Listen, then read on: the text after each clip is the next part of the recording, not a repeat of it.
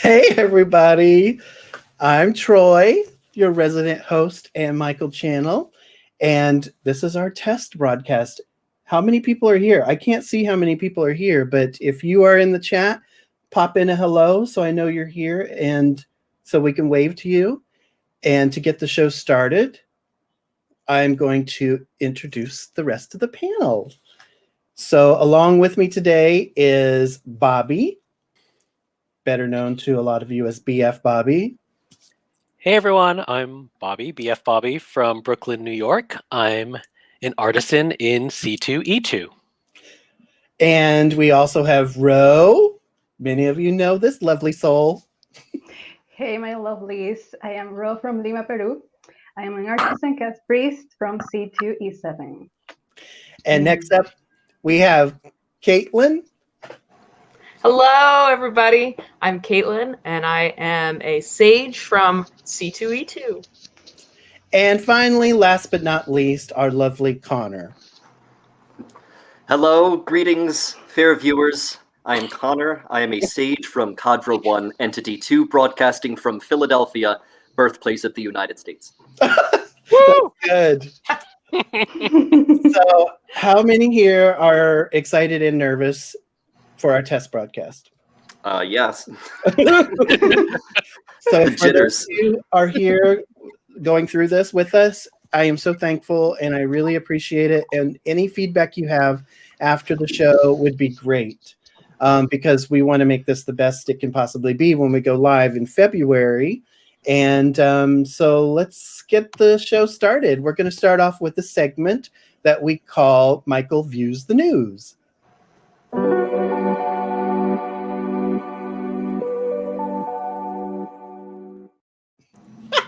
I love those. So Michael's Views the News is going to be a segment where we look at current events or anything happening that the community is interested in and getting Michael's perspective on it. They're just going to be little tidbits of what's happening around the world and see if we can get some insight into some of these events that affect our lives. And so first up, we thought we'd focus on something inspiring like Amanda Gorman at the inauguration.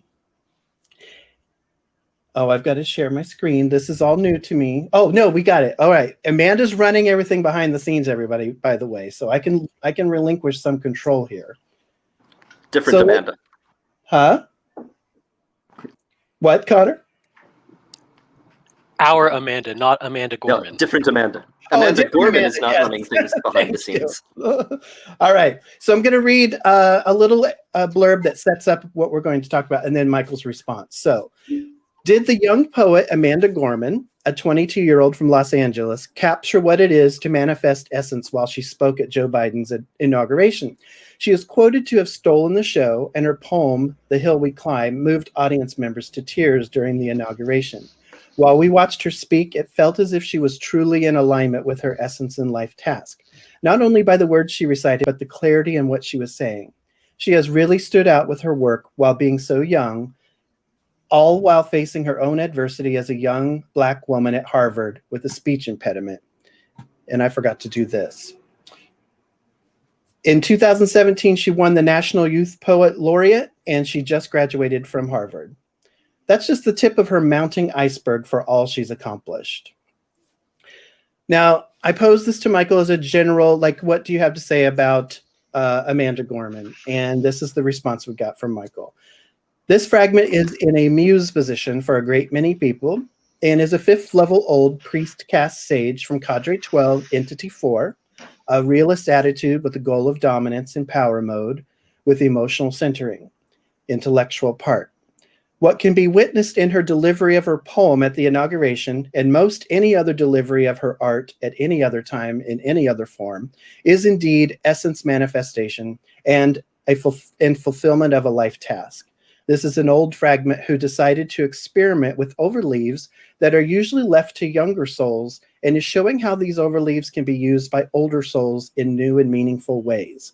No overleaf is tied to or limited to any soul age, but there does tend to be patterns of preference to suit the positions that a fragment expects to explore in a life. With the shift in paradigm toward a more mature world, overleaves that have been primarily popular with younger souls, are now being repurposed and reclaimed, so to speak, for a new world. Panel, what do you think of that? Well, I'll start off just by saying, because I was telling Troy earlier about this. You know, I think compared to most people here, both as part of the panel and who are probably viewing in the live chat, I'm relatively new to the Michael teachings, having learned of it through my relationship with Troy. And so I'm always still trying to find ways of validating my own understanding of the teachings and knowledge of the teachings. And I always get frustrated with myself because we'll talk about a celebrity or we'll talk about one of our favorite actors or something like that. And I have a hunch as to what I think their overleaves are, but I don't say it out loud because I'm too self-conscious. And then Troy will just, you know, in happenstance or something, just bring it up. And I was like, damn it, that's what I was going to say she was.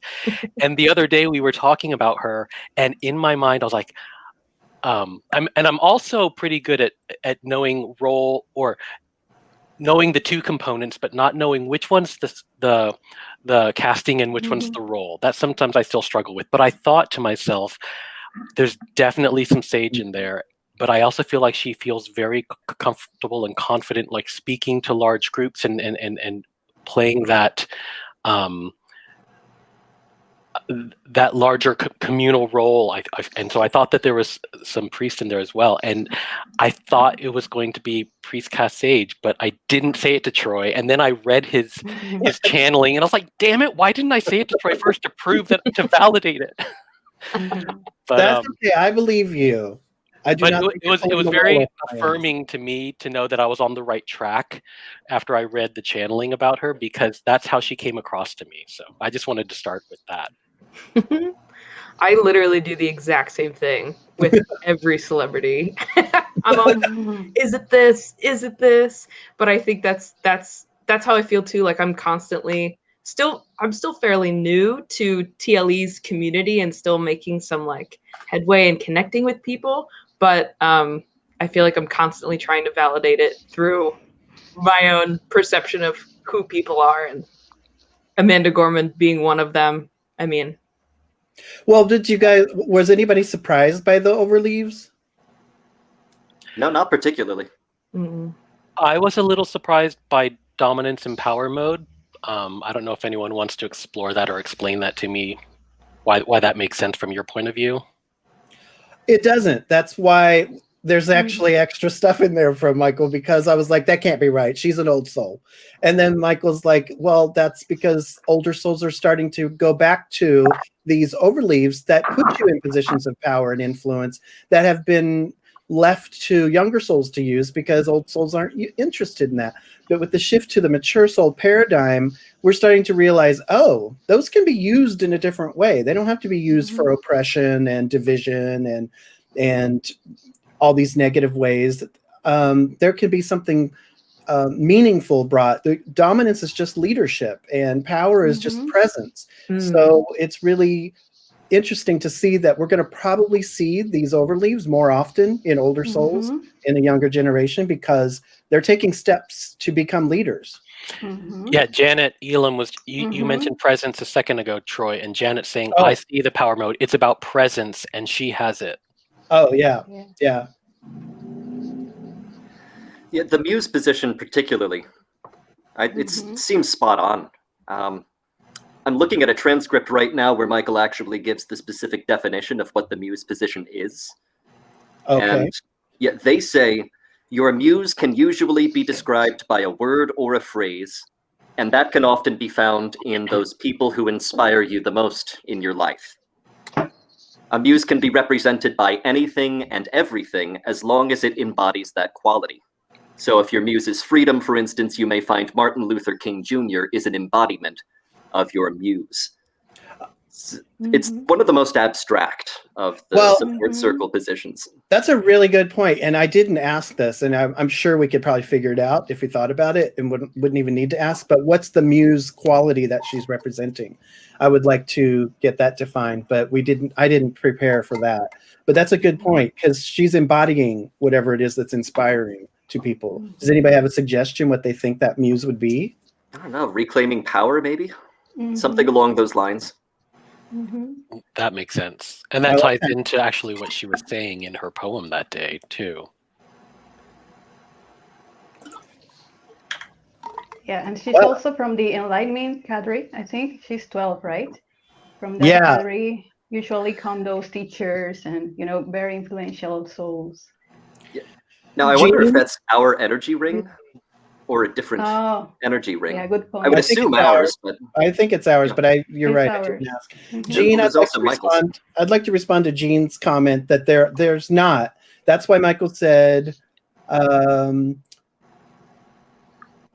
no overleaf is tied to or limited to any soul age, but there does tend to be patterns of preference to suit the positions that a fragment expects to explore in a life. So when young souls are pushing for power and pushing for dominance or leadership positions, then they're going to be taking on those overleaves. So when an older soul that's not interested in power and competition and the young soul paradigm that has been in place, they're going to set those aside more often. So it's not that they're tied to soul ages, it's just that there's preferences. Troy, Uma brought up something. She said she was a little surprised to hear that Amanda Gorman comes from Cadre 12 Entity 4. So I don't know if anyone wanted to share thoughts about that. I can't comment on that because I don't know enough about it. And that we'll just have to explore that in future channeling. Yeah, I would like to maybe chime in here because, yeah, for example, I remember when I got channeled some profiles from BTS, this K-pop group that is super influential, and they happen to also be from Cadre, I think, 11 or 12, and, you know, you wouldn't expect that from them, maybe. So I was thinking they could be from Cadre 1 or 2, maybe, or the beauty Cadre that is 3, I think, or 5. But, yeah, so I think it's... I happen to expect that, I think. In a way, I was thinking, oh, she could be that because she's super powerful. And I saw the reactions in the comments in Facebook and people were moved, like really moved. So, yeah. It's the same cadre as Emma Gonzalez, I think. Oh. See, yeah, I think certain cadres and entities just have certain themes. And these are 11 and 12 have like really strong, influential themes on a larger scale than normal, I think. Well, and like Uma is saying, well, I was just reading that Jesus and Buddha were from 12 of the previous energy ring. Oh, see, yeah, because that's the way the energy rings work. But we're not going to go into that today because that'll be a whole other topic. But let's move on to the next topic. Just one last thing, Maureen just wanted to also add. I told Uma that Amanda Gorman is a priest cast sage. Maya Angelou was also a priest cast sage, 7th level. So that's interesting.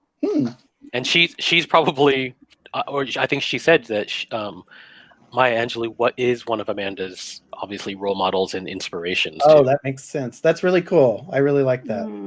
All right, so moving on to the next piece of news. The question was posed, how does Michael view social media as a representative for our collective consciousness? Is the Reddit attack on stock markets a reflection of a transition to a mature soul age in its relationship with chaos and harmony? Can Michael clarify how misinformation can be treated in a country where it may be a part of the mindset in half of its participating voting citizens? How did it get this bad? So I posed that to Michael and I felt like a surprising response, and something about it was a little comforting to me. I don't know, but here's what they had to say. We see social media as a true real-time reflection of collective and individual consciousness and its evolution. It is a reflection of another layer of the astral plane, or the emotional ocean of humanity. It is a lot of noise that one must learn to manage, sort, and then focus on what matters and what is meaningful and useful to you. But one must also learn what matters and what is meaningful to them. And then one must learn to manage, sort themselves to contribute what is deemed to matter and what is meaningful and useful. Wait, let me read that again. It is a lot of noise that one must learn to manage, sort, and then focus on what matters and what is meaningful and useful to you. Oh, but one must also learn what matters and what is meaningful to them, to others. And then one must learn to manage and sort themselves to contribute what is deemed to matter and what is meaningful and useful. The true state of collective consciousness is an ocean of noise, but there are very real patterns at work. And as your essence evolves, so does its capacity for managing, sorting, and contributing to create harmonies rather than noise. This is true on an individual and collective level, but it's also true in social media. As one dives into that ocean of noise, it can be overwhelming. To protect oneself from all of the noise, the focus often shifts away from managing and sorting the incoming noise and shifts towards contributing. But this only adds to the noise. And if one has not sorted out what matters and is meaningful, this is a test broadcast. To protect oneself from all the noise, the focus often shifts away from managing and sorting the incoming noise and shifts towards contributing. But this only adds to the noise if one has not sorted out what matters and is meaningful. What you end up with is a lot of noise and no real listening. You end up with whatever makes the most noise and convincing you that it is what is meaningful and useful. This is how misinformation, lies, and cults grow out of the noise that an individual happens to find without any attempt to sort or manage it. It is loud, therefore it must matter. The language of love is expected to be quiet, inviting, and non-confrontational. The language of fear is known as loud, seductive, and confrontational. The truth is that no rules have ever been set or assigned to these states and their languages. This is why fear can take hold of so many, because it can and does use the language of quiet, inviting, and non-confrontational. But as more people have learned to manage, sort, and contribute to the harmonies over the noise, you are finding more people being comfortable with the language of love breaking out of its arbitrary and impotent confinements and being loud, seductive, and confrontational. In the same way that the older souls like Amanda Gorman and several politicians are taking back their power through what have been co-opted and arbitrarily assigned to younger souls as overleaves and positions of power, so too are older souls reclaiming the power of love through its loud, seductive, and confrontational voice to cut through the noise. This is what you are seeing in the Redditor movement. There will be more. Mic drop. I am so sorry for how poorly I read that. I was processing it as I read it and was doing a terrible job, so I apologize. But hopefully that got through. What do you think, panel? Take it away. I had a question. One of the sections that you read, Michael, they said, this is how misinformation, lies, and cults sorry grow. about that, Amanda. This is how misinformation, lies, and cults grow out of the noise that an individual happens to find without any attempt to sort or manage. It is loud, therefore it must matter. And I was wondering, I was trying to think about it in terms of positive and negative poles within our overleaf structure. And would it be oversimplifying and overgeneralizing to assume that if people do subscribe to some of these things, if they're drawn in, is it because they're leaning towards the negative pole, or can people be optimally performing in the positive pole but still get sucked in by misinformation or more cultish ways of thinking? Like, do you already have to be in a state of I think you do. delusion or... Yeah. I think you do. I think you have to be receptive in that, or at least not doing the work of filtering for you to be scooped up in that.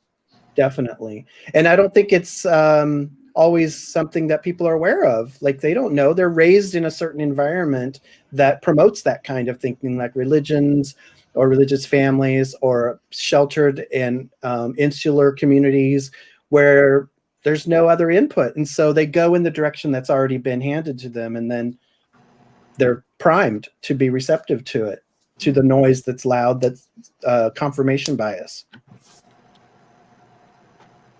Interesting.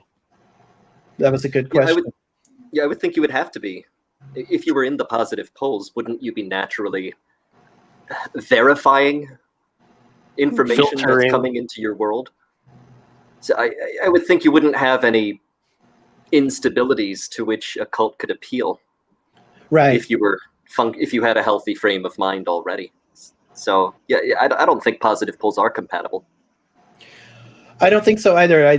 But I think that intelligence, status, all that stuff is moot. Like anybody can be swept up in it, regardless of. That's why we see it happen to smart people, because it's not about their intelligence; it's about where they are in their receptivity and bias towards and negative poles that let these misinformation and false truths become reality.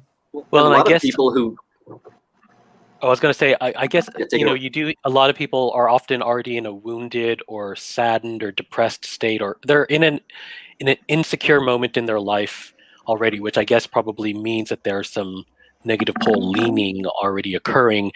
And it's then when sometimes they're preyed upon, or people seek them out because they're more malleable, they're more impressionable when they're in those kinds of life circumstances. Yeah. The other thing, though, that I thought was helpful in this for me was, and this is something I've been learning too, because of comments that I see when people speak up, and then people are told, like, stop being angry, stop being hostile, stop being, disrupting. And I really like that this says the language of love is expected to be quiet, inviting, and non-confrontational. The language of fear is known as loud, seductive, and confrontational. The truth is that no rules have ever been set or assigned to these states and their languages. And then it goes on to say, this is why fear can take hold of so many, because it can and does use the language of quiet, inviting, and non-confrontational. That is so true, because when I'm in a group of people who are discussing, like, racism, for instance, and all these racists are talking calmly and, like, they're just so calm and cool, and they think that's the upper hand. And I think people think that, like, if somebody's enraged because somebody's being racist, they're just trouble. You need to ignore them and shut them up. That's why fear ends up taking hold of so many people, because it's calm, it's quiet, it's inviting, non-confrontational, and people think that's the better way to go. We're primed to go in that direction. I read an article from a QAnon survivor, quote unquote, who bought into it and then subsequently left. And what they were saying was part of the appeal is that misinformation like that, it offers simple explanations for a complex world. Incorrect explanations, obviously, but simple explanations to a mind that's looking for something to latch onto. You guys, we're doing really well on time, and we're having good discussions. I really appreciate this. I've been tracking the time, don't worry. So, some people have commented. I hope there's a transcript for this, because it's a lot to take in when I'm reading it. We're going to refine that. Moonfeather and Uma commented on this. I would like to say I'm going to work on that, because in the test broadcast, we're realizing, like, how much is too much to read and sit through, and I don't want people to do that. So I'll find a better way to present those segments and those details. So rest assured, I'm on it. And Uma has a great question. Do you think scrolling text, maybe? Do you think people who completed the fourth internal monad in the positive pole are as seducible? Yeah, I think they are. I mean, because finishing an internal monad doesn't mean you don't fall back into the negative poles if you're overleaves. It just means you made it through a rite of passage. So I think you could still be as vulnerable after that. Probably less vulnerable, because the fourth internal monad is about defining yourself on your own terms. And so that's kind of a lot of work to do, to become conscious of your choices and how you see yourself. And so it probably helps. But I think you could still be. Oh, we've got another comment. Connor, you were talking about QAnon a second ago, and Brian says, didn't Anderson Cooper do an interview with a former QAnon person who apologized to Anderson Cooper for thinking that he ate babies? I read that about an hour ago. That's absolutely true. I just had a fellow gamer tell me that he's dealing with the problems with his family because he's progressive, and his family is convinced that he eats babies. They literally yell at him that he needs to stop. Like, they really believe this. What is wrong? We'll do two more quick highlights before we move on to the next segment. But Diane says, Tex says conspiracies are usually made up of a series of half-truths with an untrue conclusion. Yep. Yeah, that's true. And then sorry, go ahead, Connor. That's a full truth. There was another article I'd read from a woman who went down the QAnon rabbit hole and later left, but she said what got her down that rabbit hole was Jeffrey Epstein's murder. Well, suicide. She said she was convinced it was a murder, and that, there's, who knows for sure, but that's what got her down that rabbit hole, something that seems semi-reasonable, and from there it's just an incremental digging yourself further in. I saw, before we read this next comment, I did see a tier of conspiracy theories going around, and the Epstein one was on the lower tier because it's like a reasonable, rational question versus some of these other ones, like progressive. Right. Yeah, and Maureen says, yes, a fourth level old entity mate of mine who's drank a fair bit of Kool-Aid has led a sheltered life. She wouldn't see it that way, but I do. There has been no one with the quote-unquote checks and balances. Yeah, I think one of the words... Oh, sorry. Oh, no, bro, go ahead. Yeah, one of the worst manifestations, I think, of that is, when we are both white supremacists, racist, and also new age people. And it's super scary what can happen there because it's like this weird mix of, so they're with crystals and yoga, but still being, racist, homophobes, transphobes. And I'm like horrified because no, I was really shocked when I saw it leaking into the wellness and new age community. Yes. Until I realized, there's a lot of problematic things in the new age and wellness community that set people up to just blindly accept things. That's why I commented recently on a post on TLE that channeling shouldn't be like immediately received as with gratitude and respect. It's like, hell no, you guys need to question that shit. All right, so let's wrap up and move on to our topic.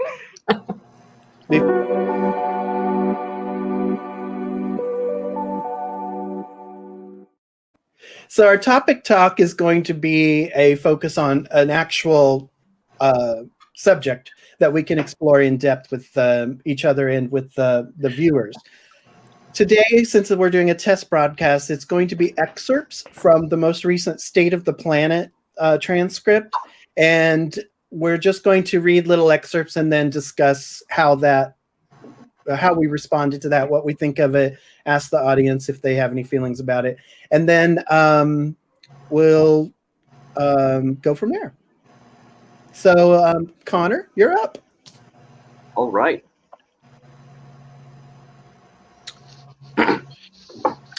All right, folks. So what the segment we're going to be starting with here is close to the beginning of the State of the Planet transcript, and it follows patterns of transformation, pivotal times, acceleration, ascendance, vibrational fluctuations, etc., are happening regularly. They are not energies that sweep through a plane, and if you are lucky enough and awake enough, you can catch a ride. They are energies that grow and evolve and flow in ways that reflect the growth, evolution, and flow of humanity and human sentience. Your growth, evolution, awareness, and awakeness must exist first. You are not awakened by events, you are awakened to events.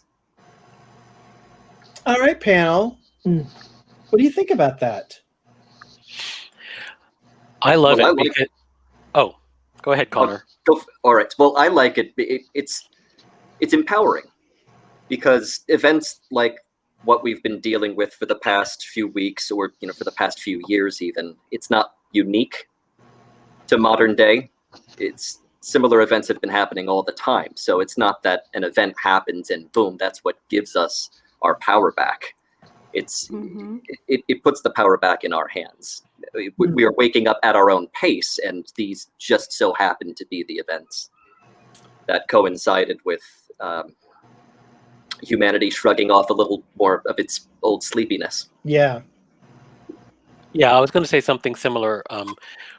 we're not awakened by events, we awaken to events. Because if we were awakened by events, I feel like we would be playing a more passive role in our own lives, letting exterior things sort of be the catalytic converter, so to speak. Whereas if you already have that built as part of your DNA and you observe something on the outside, right, it might trigger it or more connect you to it more intimately. But I love the idea, the notion that it's always been a part of you. It begins with you. I feel like you were saying empowerment. I feel like you have a lot more ownership over it in that way. Yeah. Yes. Yes, the power of choice. Yeah. Yes. Totally. Yeah, being awakened by events, that concept, it seems kind of, if that were true, it would seem like things happen because they're destined to. You know, like this event happens, like some god made this event happen specifically to wake you up. That just doesn't sound right. That starts leaning into destiny, and you know. Well, it's also funny. Like if we were awakened by events, we'd be really awake by now. I mean, look at our history. What has happened in our history? We should be like ascended masters by now because of what's happened. But the Awakened 2 events I like because a lot of us have been alive our whole lives and are just waking up to the magnitude of racism and the pervasiveness of it and the concepts like white privilege and gender identity. These things they're not new.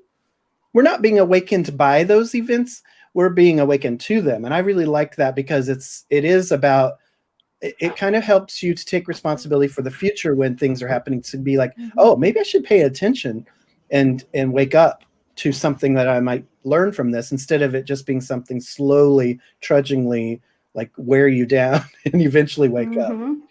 Yeah. Delphi says, be awakened by events. Sounds super disempowering. And Amira says, a lot of us, but not all. Hey, you guys. And then Jean earlier said, I am really experiencing my inability to hear things that are read aloud. I can hear things that are being talked about, but not those that are read. Jean, that's a good thing to know because we're going to be working on that. But unfortunately, there are things that are going to have to be read during the show. So we'll have to have some of it. But we'll keep you entertained in between.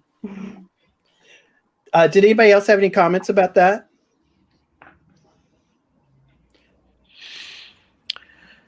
No, not in the chat. I meant panel. No? Okay. Because I will say one more thing. I really like this too, because a lot of what I came across when I first started exploring metaphysical concept is all these influences that supposedly are the things that, like Connor was saying, are the things that kind of evolve you. Like, oh, we're in a vibrational period. Oh, we're passing through this ring in the universe. Oh, the planets are aligned. And it's like, well, those things might be supportive or reflective, but they are not what wakes us up. We have to do that work to wake up. Yeah, Brian says, Michael definitely emphasizes not just choice, but really our own role and individual responsibility in the events in our life. Word. Okay, Ro, you're up. Okay. Next segment says, over the past 5 years, there has been an imbalance in how one cares.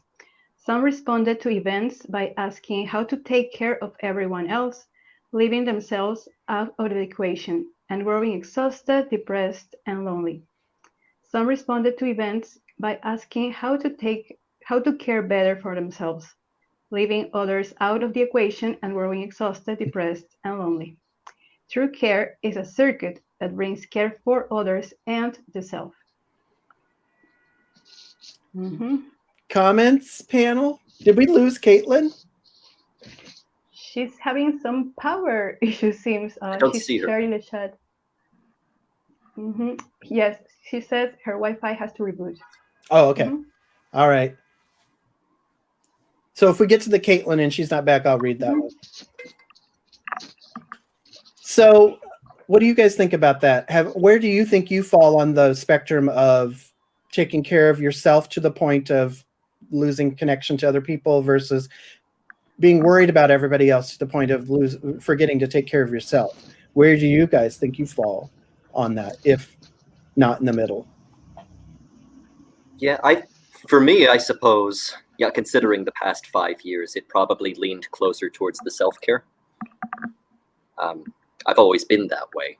But I don't think it leaned too far, though, because I did maintain my connections with my friends. I didn't really lose anybody. Maybe even pulled people a bit closer than before. Ro, what about you? Well, I'm like sometimes dun, dun, dun. And You're a I metronome. realized, yeah. Well, 2020 was I'm good. like I really felt. Wait. Oh, hey, Caitlin, you're back. Yes, we have you here. Welcome back. Sorry about that. My whole room Welcome went out. Wow. I would say that earlier in my life, I think I often was more outward, and I was making sure the people around me were cared for at my own expense. And I think that had a lot to do with my own insecurities, though, and not being outwardly expressive of what my needs and what was important to me. But as I've gotten older, it's really shifted in the opposite direction, and I've been more attentive to self-care and making sure that I'm meeting my own needs. Which is interesting because of my server casting. Yeah. Oh yeah, we both have My that. role is like being, priest is like sometimes I feel like I have to be there for people. Like it's something like it's like on my DNA, and I can't, like avoid it, but I can't work with it, and know that I have to matter to myself as well. Not just matter to people or be needed, but being here for me and loving myself as I am, having time for rest, for decompressing just by myself. And because I growing up, I also was like taught and imprinted that I had to be very caring for others, be very generous and all that. I think that's also a cultural thing here in Latin America for women too, in the matriarchy. I don't know how to say that, but it's like patriarchy, but the women here. But yeah, I had to shed all that away and find my true self and get empowered. And there are some interesting comments coming through the chat. Anla, I think it's Anne, says, I lean towards self-care too, Connor, but I even rekindled some old friendships during the plague. And I think that's interesting because I think our definition of self-care and true care probably has changed over the past year in terms of the accessibility of loved ones to us. I cannot care for them in the same way that I'm used to, but have we been inventive and creative in demonstrating that love and care for one another in new ways? Maureen says, sometimes it's not lack of awareness, it's much easier to join into a movement that is intensifying and growing. Oh, that's referring back to the news. That's going back to the internet, right? Yeah. Let's see. Uma, I think if you have a human in your home, you do both, but many live alone and don't have any human contact. That's a good point. Yeah, fair. I have a roommate. It does make a difference. And I do not take that for granted. I mean, this little fella right there is just down the hall. So it's good company. But we also are we have our own space too. So I'm a hybrid introvert extrovert. And so I don't mind being alone and I don't mind my downtime, but I also need people. I love people. I hate them too, but I love them. Right, and I'm often the recipient of his needing people. During the pandemic, I'm the sole recipient of his needing people. You are people. But I also wanted to say that for me, my inclination was towards being so angry on behalf of so many people who are suffering that it just spiraled me into depression and isolation, and I just didn't even know what to do with myself because there was nothing I could do. But I had all these feels, and I had to learn how to be like, okay, what can I control? What can't I control? What can I do today to be a part of humanity without hating everybody? I really liked Amira's comment here. I've been working on balancing this. I was kind of raised to be codependent, so I've been choosing life circumstances that allow me to be caring while giving people their shit back, so to speak. Oh, I like that too. And then she Boundaries. says, challenge me to give people their shit back before it consumes me. Yeah. Actually, Yes. Very good, Amira. And- High five on that. Yeah. Yeah. Bobby Yes. cracked me up. Put your own oxygen mask on first. That's good. Take care of yourself before you help someone beside you. That's what I was doing. I was going down with the plane, and I'm like, "Hey, everybody, I'll help you." And then I'm like dying on the floor with no oxygen. Diane says, I think I've learned too much.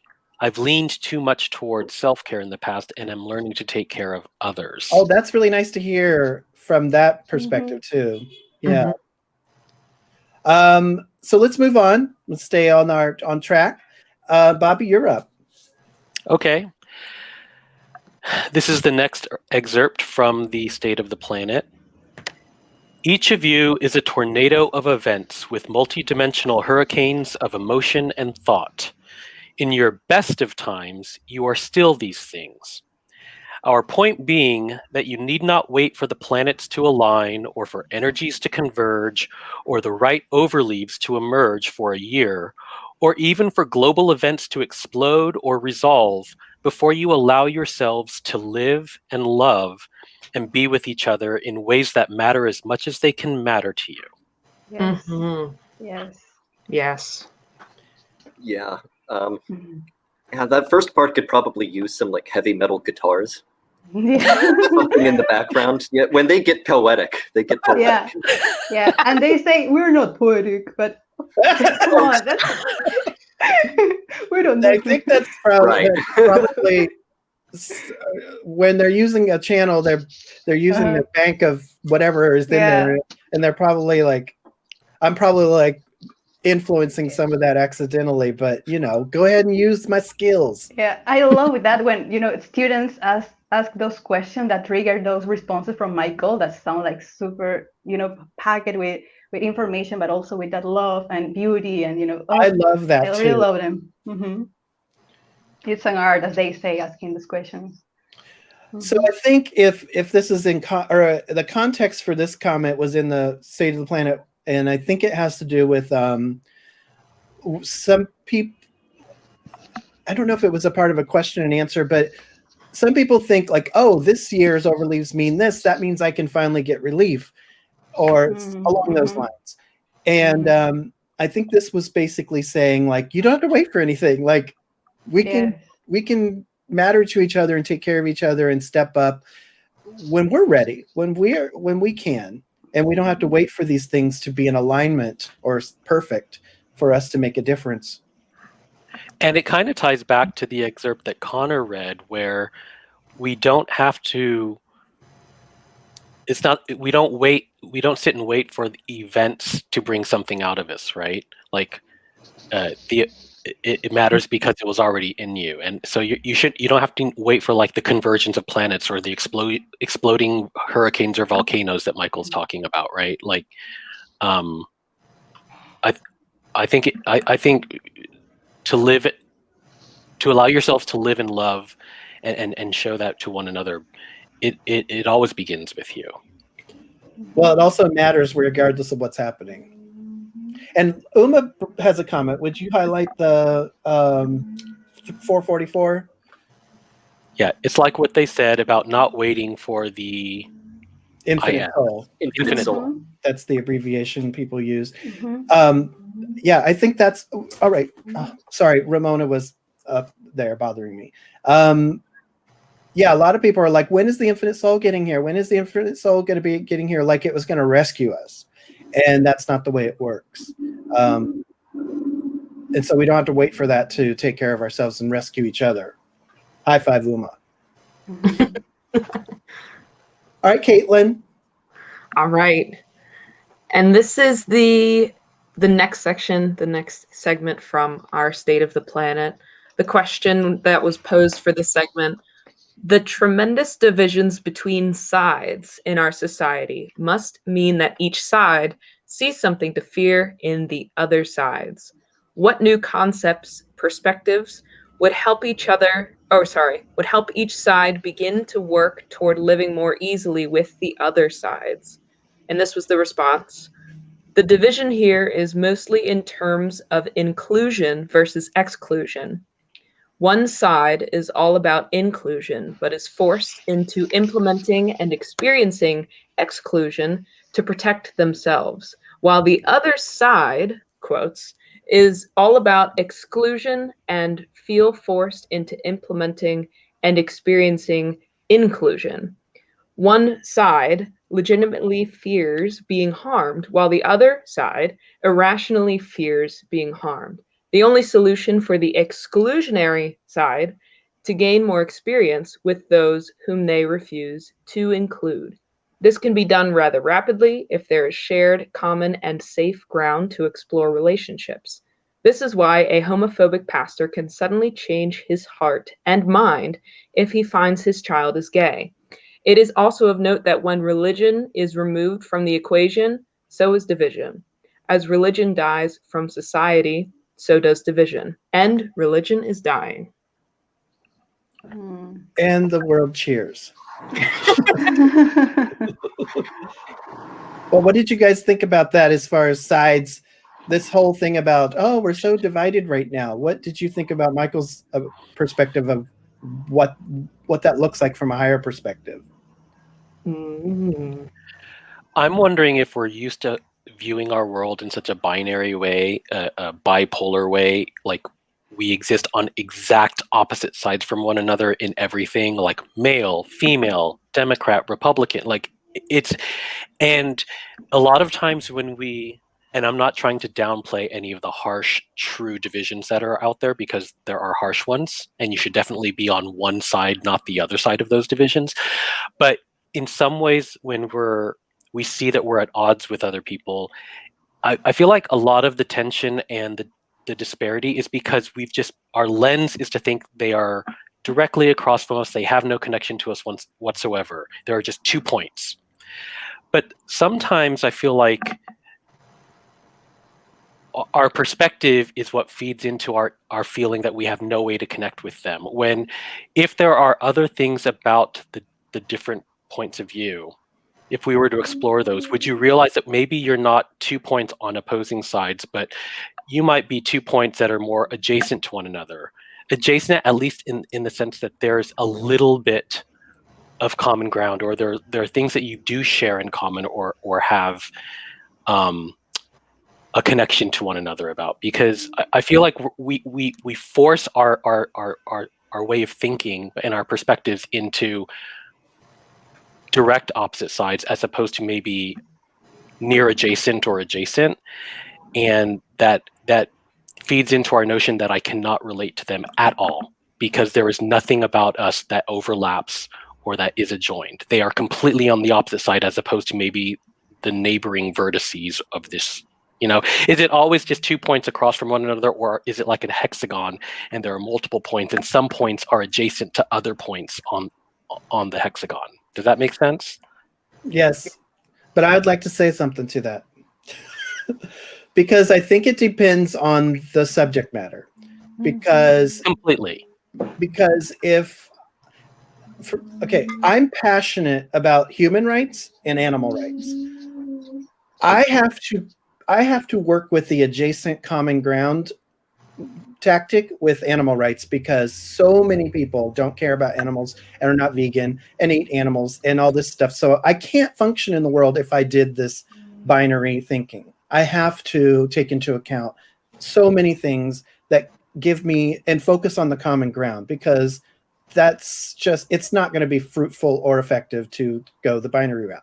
But things like racism or homophobia, I'm much more inclined to be like, better. Like, this is not a new concept for you. There are no real economic or biological reasons for you to have that ideology.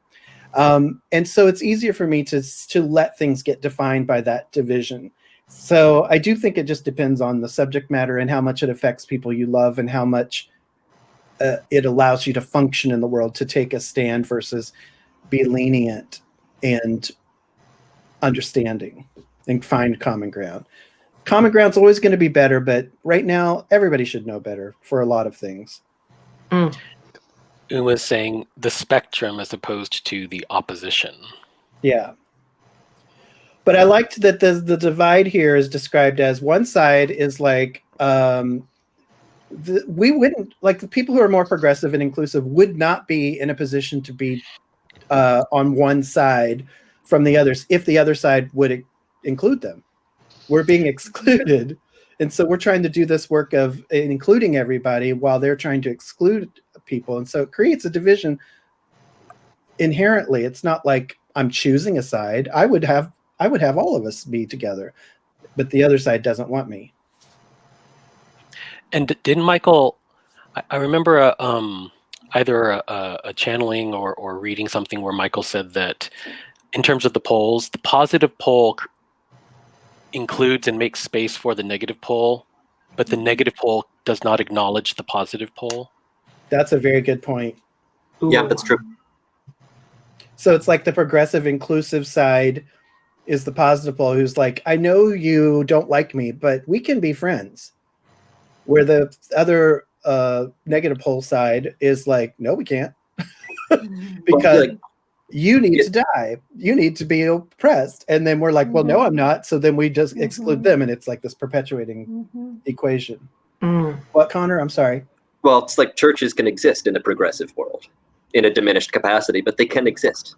Yeah. Progressives cannot exist easily in a church-dominated world. So the two sides are unequal.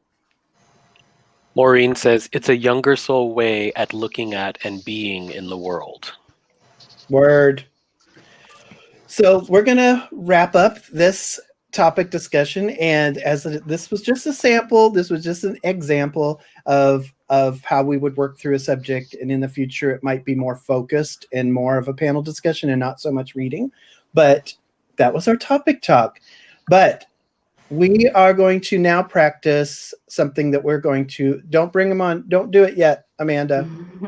We're going to have interviews and student spotlights. And so now I'm going to introduce the segment that we're going to call Student Spotlight.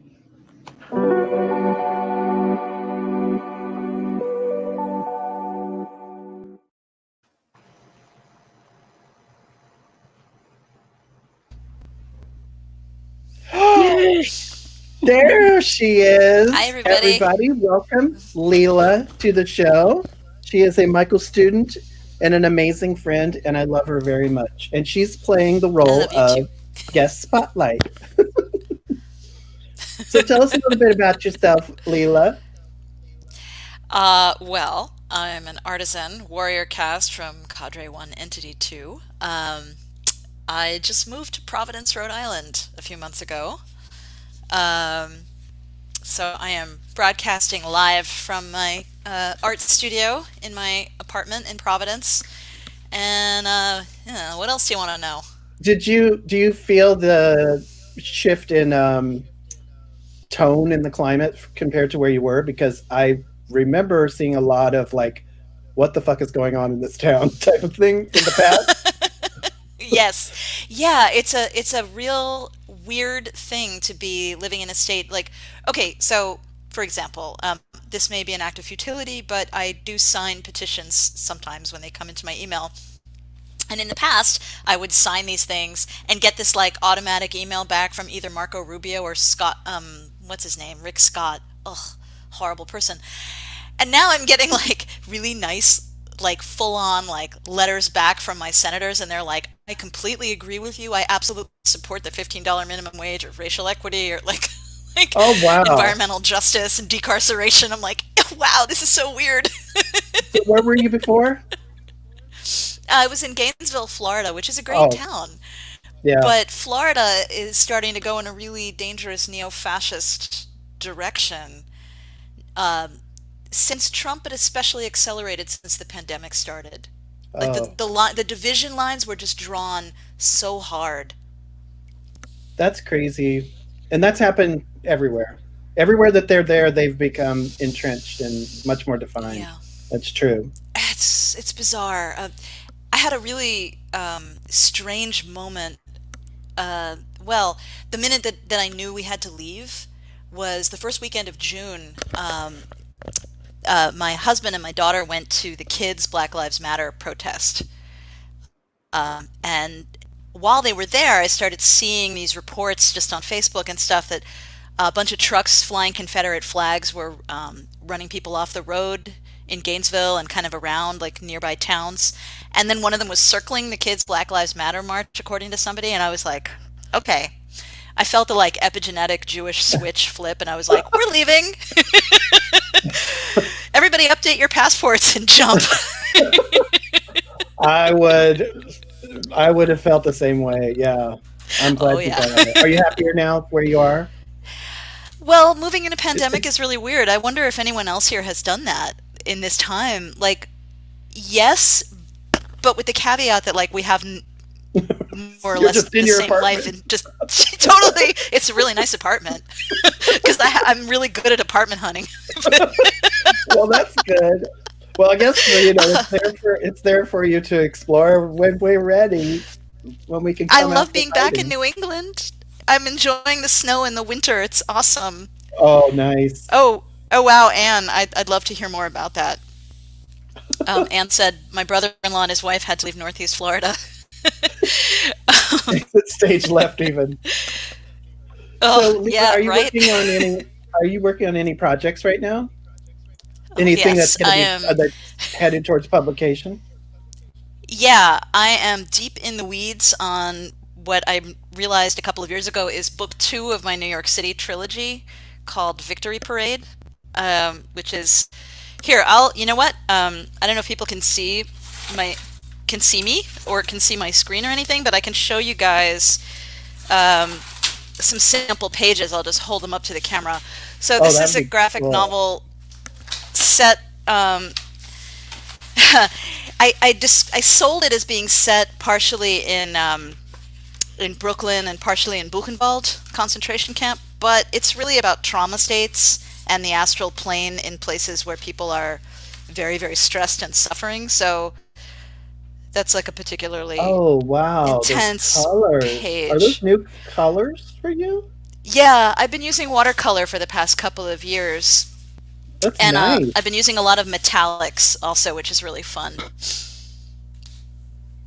Well, I was going to ask you when you said that if any of your metaphysical explorations inform your art or your messages in your work.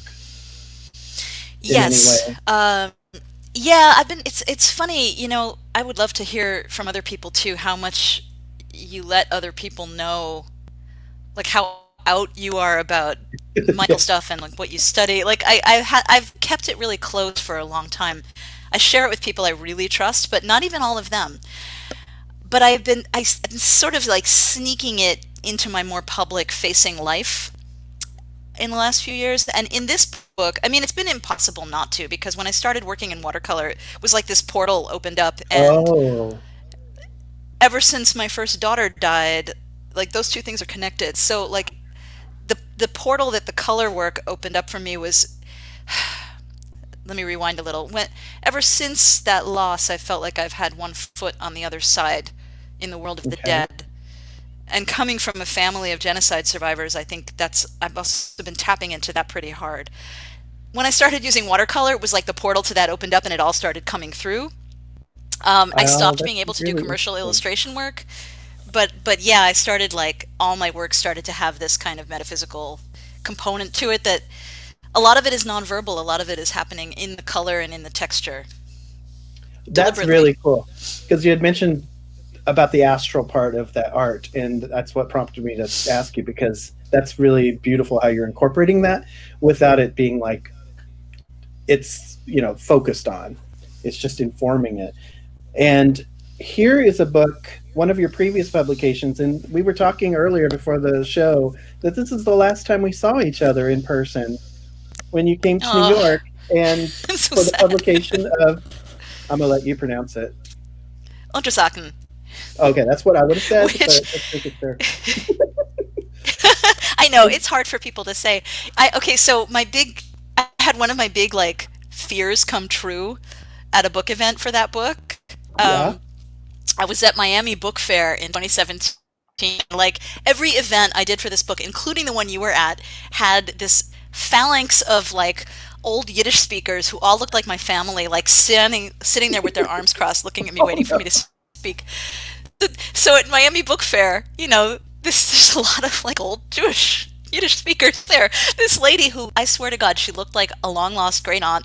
She had sort of a butterscotch colored bouffant, like my aunt's. She had the coral colored nails and the coral jewelry. And she comes up to me and she goes, "I grew up speaking Yiddish and I've never heard this word. Untersachen." I was like, yeah. What does it mean? It's Tell the people. It means under things. And it's dialect. I mean, it's not dialect. It's like academic Yiddish. So nobody would have used it like back in the old country. I cherish this so much. You drew that on the spot. Yeah, that's a whole thing. I learned how to do that because my first experience really as a professional cartoonist was going to comic book conventions in France. And in France, they expect you to do like an entire masterpiece while you're sitting inside of your book. Oh, yeah, and then they'll wait in line, even if you're like some nobody like me, and then they'll stand there like letting it dry and like chatting with their friends. It's wild. People do crazy stuff. So I was like, oh, I got to step up. Yeah. It does. It makes the reader feel special when I do that. I like that. Well, do you have a website or anything that we can plug for you before we move on? Yeah. LeelaCorman.com. Although I really need to update it. You can also follow me on Instagram for about, I would say, like half art posts and half just photos of my record collection and really gross mid-century recipes. Oh, I see those all the time. And I'm so glad you said that because I wasn't sure if you were just proud of them from family heritage or no. No. They are so gross. They're like they're real too. They're real recipes. They're real. And no, it's like a weird anthropological thing for me. Like some of them come from England. That's a whole different kind of gross. But like the one I posted last night on Facebook that was Frankfurters a la Kling. It's like, what? I did not see this or all yet. these Jello salads. My people don't make Jello salads, so to me this is kind of exotic. Well, no Leela. shade. No shade on Jello salad. Thank you, Troy. Thank you for being our guest spotlight. Would you mind sticking around for the rest of the show? Oh God, no! Thank you so much for bringing me in, and this is very cool. This whole thing in the is great. future, Leela will be a part of the panel whenever Leela's available, and we'll be rotating out panel members in the future. But now we're going to move on to viewer Q&A. So any of you who have questions, get ready. These are not questions for Michael. They are not questions out of the blue and not complicated. Just ask questions that based on what we've discussed so far or about the members here, and keep it simple today because it's our test broadcast, and we'll pick and choose from your questions. Viewer Q&A coming up.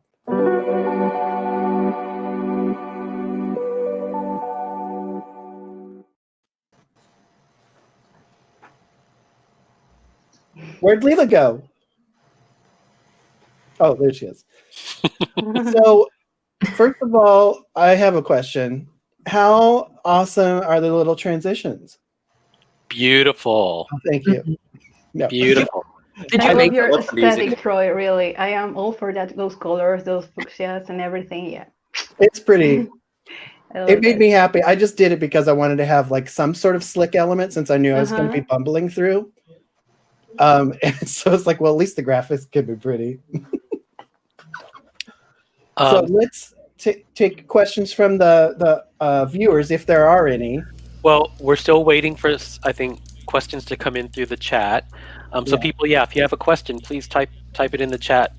But I have a question for Leela, because as you can see, I'm a huge graphic novel and comic book fan, and I was wondering, I love your art, and I love that you use pictures to help convey your stories and to tell your stories. Do you have any comic book authors or artists or graphic novel authors or artists that inspire you? Oh my God, yeah. I'll preface this by saying that the thing I've learned recently is that as a mid-career artist in any medium, you are too busy to keep up with all the new stuff that's coming out in your field. So there's a ton of stuff that I don't know about that's newer that it looks amazing, and I keep seeing like people posting like, check out this new comic by this person or that person, and there's so much new talent. So what I'm going to tell you is probably a little bit older stuff, but the absolute gold standard, my idols are Jaime Hernandez and Gilbert Hernandez, the creators of Love and Rockets, which is the greatest comic in the English language, bar none. They've been doing it since 1980. They're absolute geniuses, and I cannot recommend them enough. Like if you've never read Love and Rockets, you're just like in for such a huge treat. Start early on and just keep going and don't stop. Oh.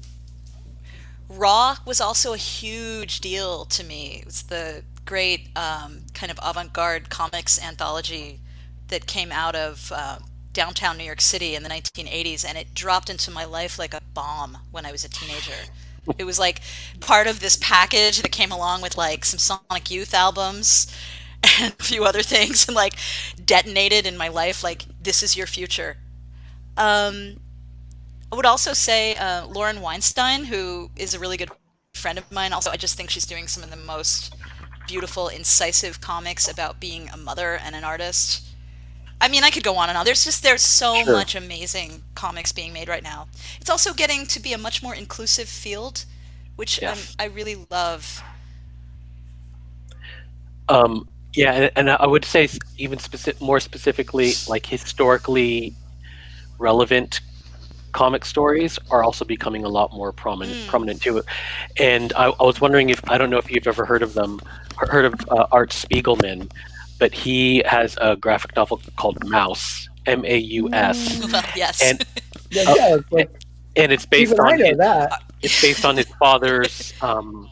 He basically portrayed his father's retelling of his experiences and his family's experiences in concentration camps, but through the characters of mice and cats and animals.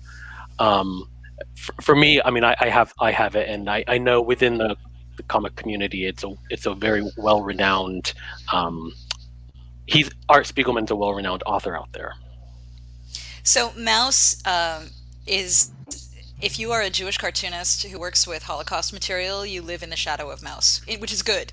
That book came out. So Art Spiegelman and his wife Françoise Mouly were the editors of Raw, the avant-garde anthology. Right around the time that he was working on Mouse, and when it came out and won a Pulitzer, that's when Raw started coming out in reprint again, and when I found it. So that would have been like 1990 or so. I just taught Mouse to my undergrads after not having read it for years, and man, it is so well written.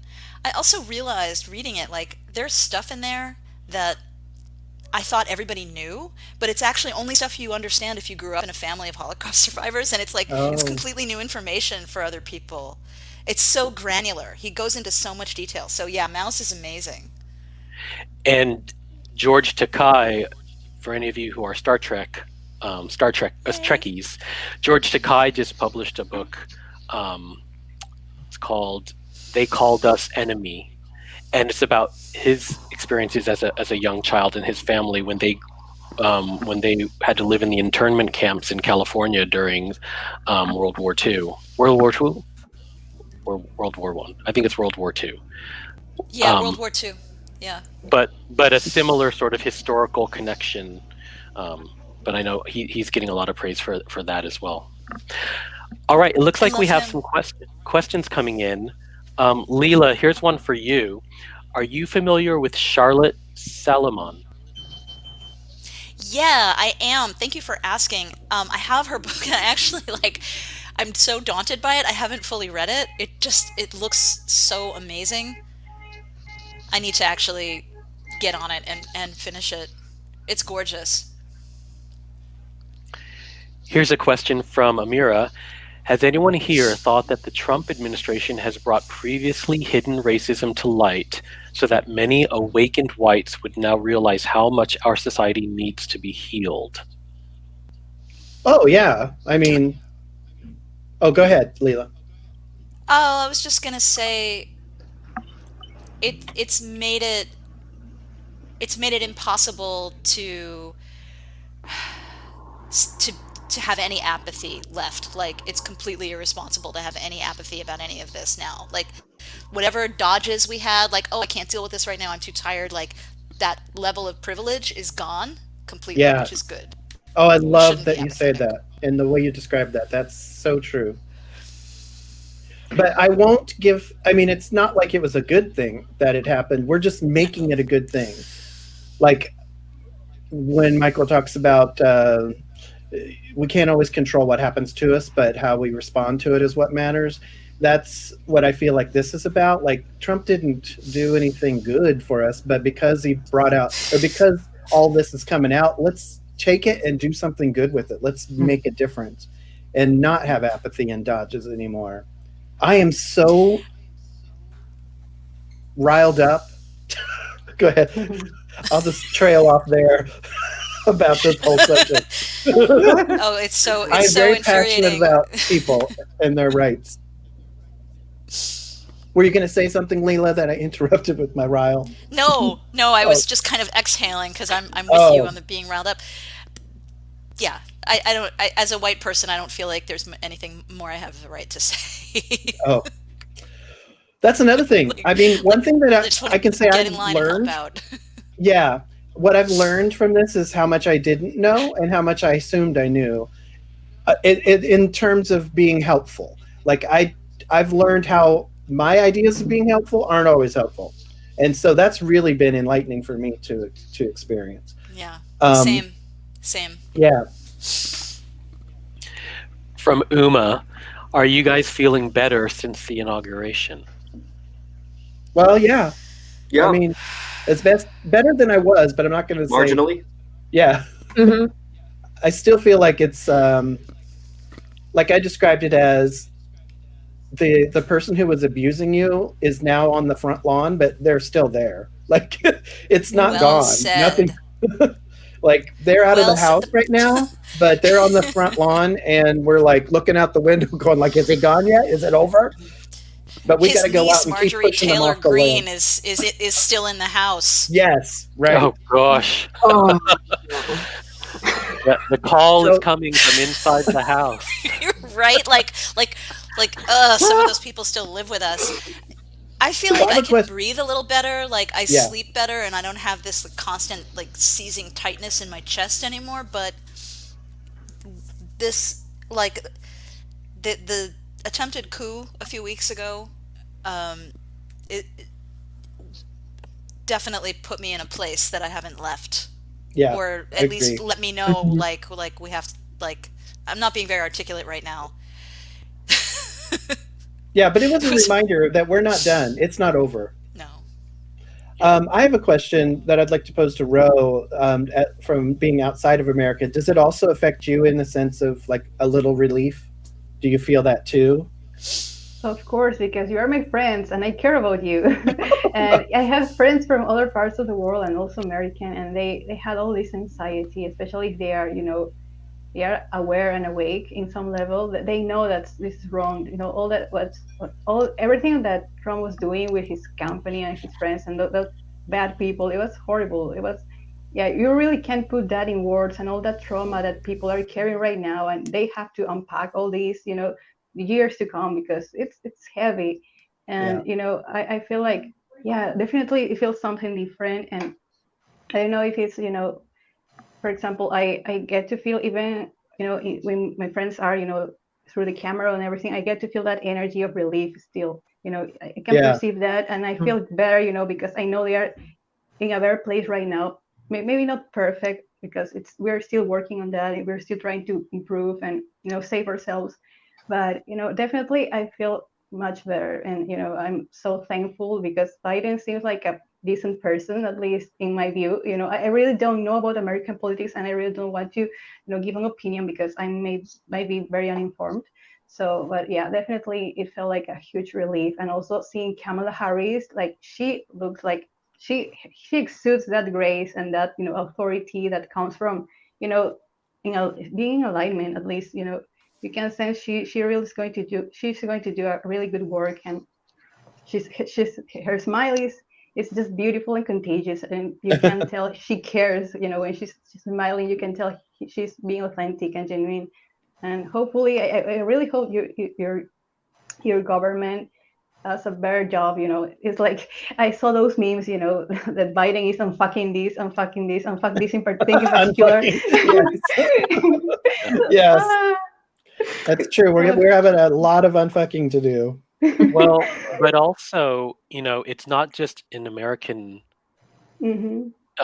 issue right now, right? Like a neighbor to Peru, a neighbor to where Ro is, Brazil, they have their own right-wing extremism happening, you know, in their government and in their leadership. And there are European countries who have very authoritarian ways of looking at their people. And so we may have dodged a bullet here, but it's still prevalent in many places. Prevalent.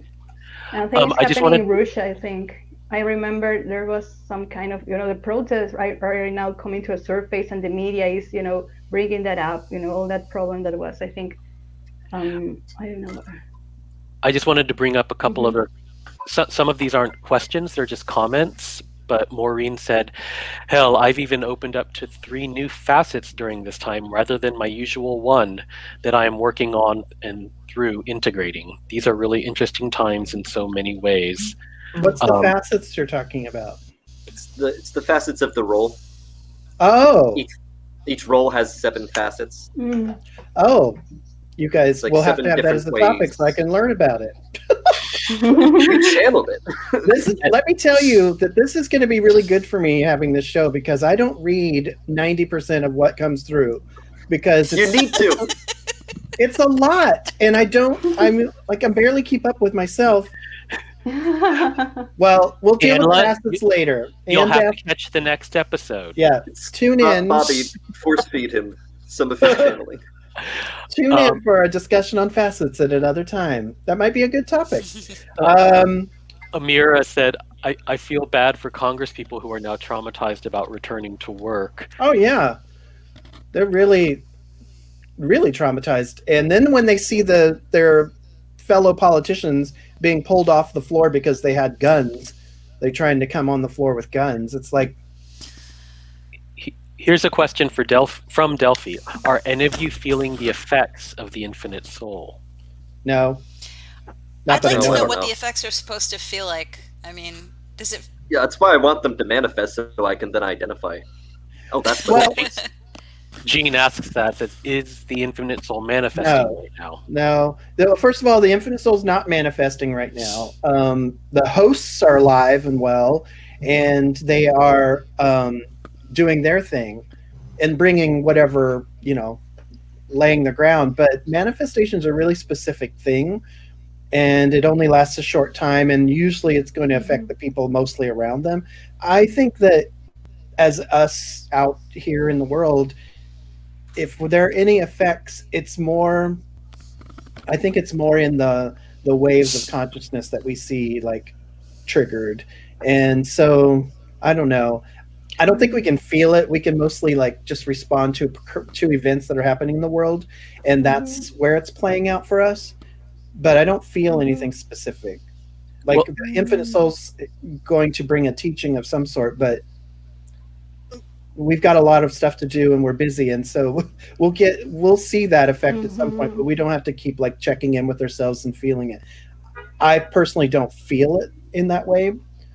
I just feel like it's all a big jumble of energy that we have to clean up, and the infinite soul is going to help in some way. Delphi had 2 follow-ups. Sorry, I just wanted to show Delphi's follow-up about the energy. She says, I think they're on track to, yes, but the energy hangs around the physical plane before it fully manifests, right? And then she said, I think Michael said we're meant to feel some effects of the energy before and after the infinite soul. Oh, well, maybe I'll get a comment about that for our later episodes, but I'm not sure what that's referring to. Probably there's probably something like chaos or agitation, but I don't know. Yeah, Leela, what were you going to say? Michael, I'll say it in 1 second, but just to follow up on Troy, what you were just saying, I feel like it would be cool to ask Michael, like, because they're so good at answering categorical questions, like categorically, what are some things that we might experience in that situation? Yeah, I don't know if it's already been answered. Ask Connor, but Uh, but I maybe don't. not Not in that a I know of. specific way, and maybe not related to this time period, right? So what I was going to say is just I wouldn't put this down so much to any particular manifestation of anything except what humans are doing right now, but I definitely can feel a sense of extreme potential right now for a lot of things. Yes, Like, I and I feel see that it in a lot.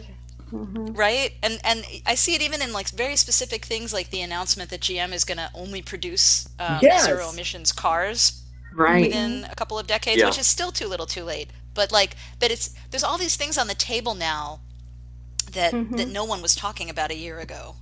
That's a really good word, and probably I don't have to do the channeling now. But potential. I mean, the emphasis on potential and that state is part of why I feel better after the inauguration. I feel better about the chaos that's out there now, because there's so much potential now to bring change that everybody who's paying attention knew we needed. So that's a really good word to use. It's not like a vibration or a frequency. No, It's potential that we need to harness. We do. Yeah. But it's also, I think there's a warning in it too, because there's a precarity to it. You know, there are a lot of white supremacists with guns out there too. Yeah. So it's there's both right now, and I see a lot of decisions being made to pull us in a better direction. Of course, I only see a little small amount of what's out there, so you know. Yeah, and there'll be people who rise up to reading try to actual stop news. And Diane said that in a recent Infinite Soul session, Michael also said it manifests at a time when it can manifest its teachings the most. Oh yeah, we don't know when that'll be. But it's also not like a big world event like the world stops. We won't notice it. We might not even notice it, but we'll start to see the effects of it if it happens. I would like to ask some questions really quickly of the viewers, because you're here and you are part of the Patreon community, and I really appreciate all the support for this test broadcast and TLE. But I'd like to ask you, if this was a good experience. You don't have to answer it now. I just want you to be left with these questions so that you can talk about them in TLE or somewhere. But I want to know if you enjoyed the show, if you enjoyed its flow, knowing that it's a test show, and if there's anything we can improve on, like I feel like we didn't give Caitlin a lot of voice, or Ro a lot of voice, and I'd like to get that out there. And I'm just making note that I noticed that. I want to get you guys, everybody, more involved if possible. But give us feedback either here or on TLE about the show, and I'll post the archive version of this show to TLE. We'll make it public, and then we can discuss it there. But I really appreciate any feedback you guys have. But in general, did you enjoy the show? Okay, we'll wait. Yeah, sometimes there's a lag in comments. Yes. And don't feel pressure. Say no if you didn't. But I'll be upset if you don't.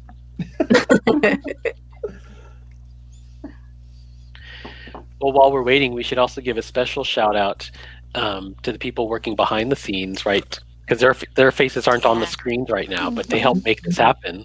Let's bring them on. So, Brian, put your pants on. All right, Amanda, you too. I'm gonna start sharing some of the comments from the viewers, but we can keep talking. Well, wait, before you use those, I'd like to introduce Amanda. Amanda's been running all the camera work and graphics and stuff behind the scenes. Great Brian job. is your viewer support. Brian is our hidden camera on the outside, making sure that the show is flowing and looking and just going to give us really inside feedback. And also in the future will be your contact if you have any technical issues yourself. Hi, Brian. Hi, Amanda. Oh, hi there. This is Oh, a hi, nice Mark. comment, Troy, from Jean. She said, I really enjoyed this. Thank you. I enjoyed the engagement with the chatters, too. Mhm. Oh, that's nice. Yeah, the Mhm. audience in the chat room is going to make a lot of the show itself, too. Delphi is here as well, but does not have the camera on. But Delphi helped coordinate our news segment, and I'd like to give a special shout out to Delphi as well. She's in the chat, though. Everybody can send lots of love to Delphi. Thank you. It's weird that I can't talk back. Oh, and Oh, I can. Only you. a sage would say that. And don't worry, we'll be rotating out panel members, and we'll bring you in at some point. Oh, Amira, that's nice to know. Amira said she thought it was long overdue. Maureen's husband yelled from the other room, I did. Oh, that's nice. Oh, Oh, you feel a lot thank you, of love. Lori. Oh, Thank you, Maureen. Thank you. Diane. Yes, it did Oh. go very smoothly. Okay, I was It looking did, for... What? Go ahead. Who said that? Nothing. I was just going to say I was just kind of thinking critical feedback, but this is actually making me feel really good. Oh, and there's a lot of Amanda and Brian love in the house. Yes.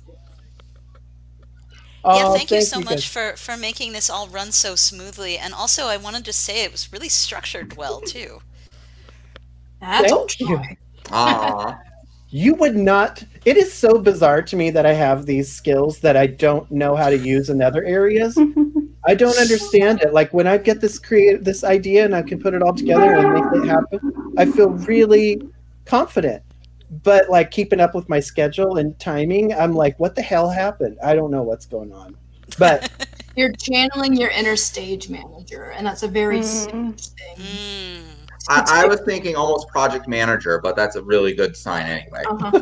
Like really, everything went super smoothly from the beginning to end. Like, yeah, amazing. And StreamYard makes it extremely easy. Like I just started using StreamYard. Like this was like literally the second time I've really done anything with it. So it's lovely. So everybody, we're going to wrap up the show here, and we will. Amira says, "Teamwork makes the dream work." Yes. Yeah. Good. We will. I think it's okay with everybody. We'll post this so that people can get an idea who wasn't here live. They can get an idea of what to look for in February's launch. And so we will make this available. But we're going to wrap up here.